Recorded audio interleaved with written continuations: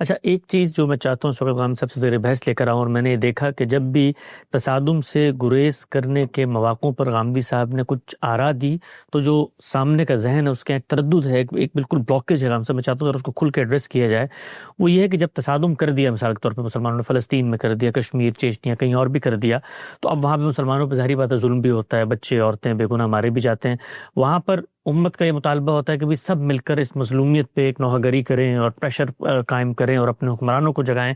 تو اس موقع پہ ہم نے آپ کی طرف سے دیکھا کہ ہمیشہ آپ اصل پر بات کرتے ہیں کہ بھائی اصل میں تصادم سے گریز کرو، ورنہ اس طریقے کا جانی مالی نقصان ہوگا، جو کچھ حاصل ہے وہ بھی چلا جائے گا۔ لیکن اس سامنے والا یہ مطالبہ کر رہا ہوتا ہے کہ بھائی یہ موقع تو اصل میں آپ کو ہمارے اس کیمپ میں آ کے کھڑے ہونے کا ہے کہ ہم مظلوم ہیں۔ تو یہ فرق بھی ہم سے واضح کیجیے گا کہ آپ کے دل میں بھی ظاہری بات ہے یہ درد ہی ہے امت کا، تبھی کہا جاتا ہے کہ تصادم نہ کرو کیونکہ اس کے نتیجے میں یہی خون ریزی ہوگی۔ تو اس کو بالعموم لوگ سمجھتے نہیں ہیں اس چیز کو۔ دیکھیے، جو کچھ بھی کرنا چاہیے اللہ کے پیغمبر نے ہدایت یہ دی ہے کہ وہ خیر خواہی کے جذبے سے کرنا چاہیے۔ ہمیں یہ بتایا گیا کہ الدین والنصیحہ، اس میں اگر آپ اس روایت کو پڑھیں تو رسول اللہ نے فرمایا کہ للہ وللرسول،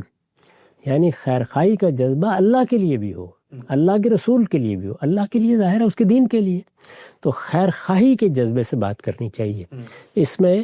گرد و پیش کے ماحول میں جو غوغا برپا ہو جاتا ہے یہ وقتی نوعیت کی چیز ہوتی ہے، اس کی بالکل پرواہ نہیں کرنی چاہیے۔ ہم سب کو ایک دن اپنی قبر میں جانا ہے، سب کو ایک دن اللہ کی بارگاہ میں پیش ہونا ہے، سب کو ایک دن اس پروردگار کے سامنے جواب دہی کرنی ہے۔ یہ احساس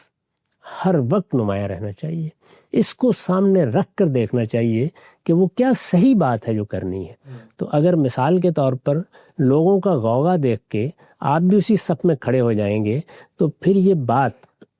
جو کہی جا رہی ہے یہ کون کہے گا؟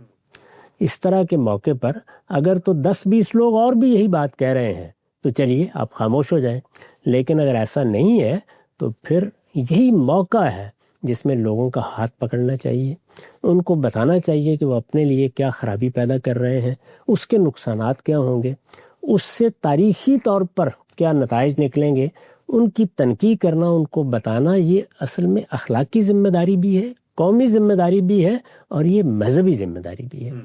ہمیں تو یہ بتایا گیا ہے کہ ہر حال میں سچائی کی شہادت دیں۔ تو جب ہم دل کی گہرائیوں سے اس قوم کی خیر خواہی کے لیے یہی صحیح سمجھتے ہیں کہ اس کو یہ اور یہ کرنا چاہیے، تو اسی کی شہادت دینی چاہیے، کیونکہ اس بات کو کہنے کا اس سے بہتر وقت ہی کوئی نہیں۔